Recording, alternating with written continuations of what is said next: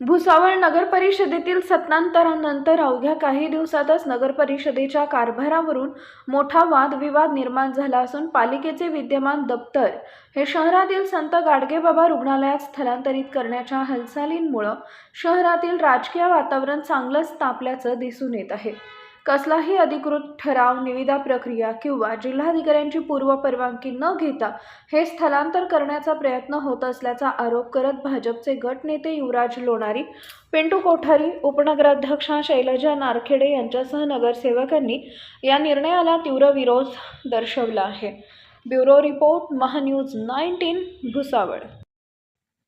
सत्ताधारी पार्टीच्या काही नेत्यांनी आणि नगराध्यक्षांनी भुसावळ नगर परिषदचे जे हल्लीचं कार्यालय आहे ते नगरपालिकेच्या दवाखान्यात आणण्याच्या संदर्भामध्ये घोषणा केलेली होती, परंतु घोषणा केल्यानंतर त्यांनी कुठलीही सोपस्कार किंवा कुठल्याही प्रकारची परवानगी, कुठल्याही प्रकारचा ठराव किंवा कुठल्याही प्रकारची निविदा न करता बेधडक तिथलं तोडफोड सुरू केलेला आहे।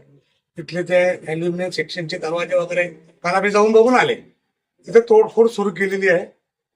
मुळात असं अपेक्षित नाहीये। नगरपालिके कायद्यानुसार त्यांनी या सगळ्या गोष्टी परवानगी रीतसर परवानगी घ्यायला पाहिजे, प्रशासकीय मान्यता घेतली पाहिजे, त्यानंतर जे असेल तर ती खर्च अंदाज केला पाहिजे, त्या खर्च अंदाजाप्रमाणे खर्च केला पाहिजे। दुसरं, भुसावळ नगर परिषदेच्या दवाखान्याचा एक आपला स्वतःचा एक इतिहास आहे। ती जागा गरुड परिवाराने 1 गुंठा 20 आर जागा ही नगर परिषदेसाठी केवळ दवाखान्यासाठी दान दिलेली आहे। दान शब्द म्हणतोय। त्यामुळे आणि त्या काळात एक समिती होऊन त्या म्युन्सिपाल्टीच्या दवाखान्यासाठी त्या सर्व दात्यांचा आणि जागा देणाऱ्या गरुड परिवाराचा एकच उदात्त हेतू होता की इथं नगरपालिकेचा म्हणजेच गोरगरिबांचा दवाखाना कायम राहिला पाहिजे। आज त्या मूळ उद्देशाला हरताळ बसून काही गरज नसताना त्या नगरपालिकेचं छोटी आहे असं सांगून इथं आणण्याचा घाट जो रस्ता जातोय तो मुळात चुकीचा आहे। जी पद्धत आहे ती मुळात चुकीची आहे।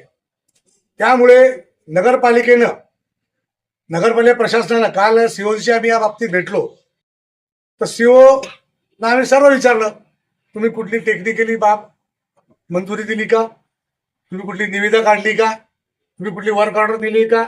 मग डायरेक्ट बेधडक कोणाच्या जबाबदारीवर तोडलं जात आहे। उद्या तोडल्यानंतर ती जबाबदारी कोणाची आहे? तर त्याच्याजवळ मुख्याधिकाऱ्यांजवळ असं कुठलंही उत्तर नव्हतं। त्यांनी फक्त एवढं सांगितलं की मी सर तपास करून तुमच्याशी बोलतो। या संदर्भामध्ये आम्ही सोमवारी माननीय जिल्हाधिकारी यांच्याकडे विस्तृत तक्रार दाखल करणार आहोत की अशा प्रकारचं काम होणे अपेक्षित नाहीये। एवढी घाई गर्दी कशासाठी आणि का? ज्या नगरपालिकेला कोणी कोंडवाडा म्हणत असेल तिथं गोरगरिबाचा दवाखाना त्या कोंडवाड्यात तुमच्या शब्दानुसार कोंडवाड्यामध्ये का पाठवताय? आणि ती जे दवाखाना आहे ते दवाखाना आणि म्हणजे हा दवाखाना तिथं शिफ्ट केला तर त्या दवाखान्याला पुरेशी ती जागा नाही आणि नगरपालिकेला ही जागा पुरेशी नाहीये का? तुम्ही त्यामुळे तिथलं दवाखान्यांना बंद करता, तिथं तो दवाखाना पूर्व सुरू करा, तिथं भूलतज्ञ नेमा, आणखी कुठले डॉक्टर्स असतील ते नेमा, कारण दररोजची 250 ते 300 ओपीडी तिथं होत राहते। संपूर्ण शहरभराचा कारभार त्या दवाखान्याचा चालू होतो। रात्री बेरात्री कोणीतरी पेशंट येतात, त्यांना उपचार मिळत नाही, मग ते संतापतात। अशा वेळेला पोलीस स्टेशन सुद्धा कर्मचाऱ्याच्या दृष्टिकोनातून जवळ असल्याने या सगळ्या भावना कर्मचाऱ्यांनी आमच्या बोलून दाखवलेले। त्यामुळे नगरपालिकेनं हे काम तोडफोड जी सुरू आहे ती त्वरित बंद करावी। सोमवारी आम्ही त्या संदर्भामध्ये जिल्हाधिकाऱ्यांकडे तक्रार दाखल करत आहोत। नगराध्यक्षांना काही कामं मंजूर करण्याचा निश्चितपणे अधिकार आहे, परंतु अधिकार मंजुरीचा आहे। निविदा झाल्यानंतर निविदा मंजुरीचाही आहे, परंतु तोपर्यंत निविदा होत नाही तोपर्यंत कोणाची जबाबदार कोणाला पकडायचं? तिथं कोण काम करते? आणि तिथं जर काही उद्याच्या दिवशी काही चोरीमोरी झाली, काही घटना घडली तर याला कोण जबाबदार राहील? तर मी सर्व नगरपालिकेच्या प्रशासनाला आणि शिवना आम्ही इशारा देऊ इच्छितो की तुम्ही हे काम त्वरित थांबावं, रीतसर परवानगी घ्यावी, रीतसर त्याबाबतचा ठराव करावा. नगरपालिका जर इकडे शिफ्ट करायची असली तर त्याबद्दल त्यांचा ठराव लागेल, तो ठराव करावा, जिल्हाधिकाऱ्यांची परवानगी घ्यावी आणि हा दवाखाना तिथं शिफ्ट करू नये आमची स्पष्ट मागणी आहे. अशा प्रकारचं जो काम चालू आहे, कोणतरी घोषणा करताना लगेच दुसऱ्या दिवशी तिची तोडफोड सुरू होते, ही नगरपालिकेच्या कामकाजाची पद्धत नाही. आम्हाला कोणत्याही चांगल्या कामासाठी विरोध करायचा नाही, आम्ही पहिलेच सांगितलेलं आहे. परंतु सगळे कामं चांगले जरी असले तरी सगळ्या प्रोसेस जर राबवत असले तर आमचा पाठिंबा आहे.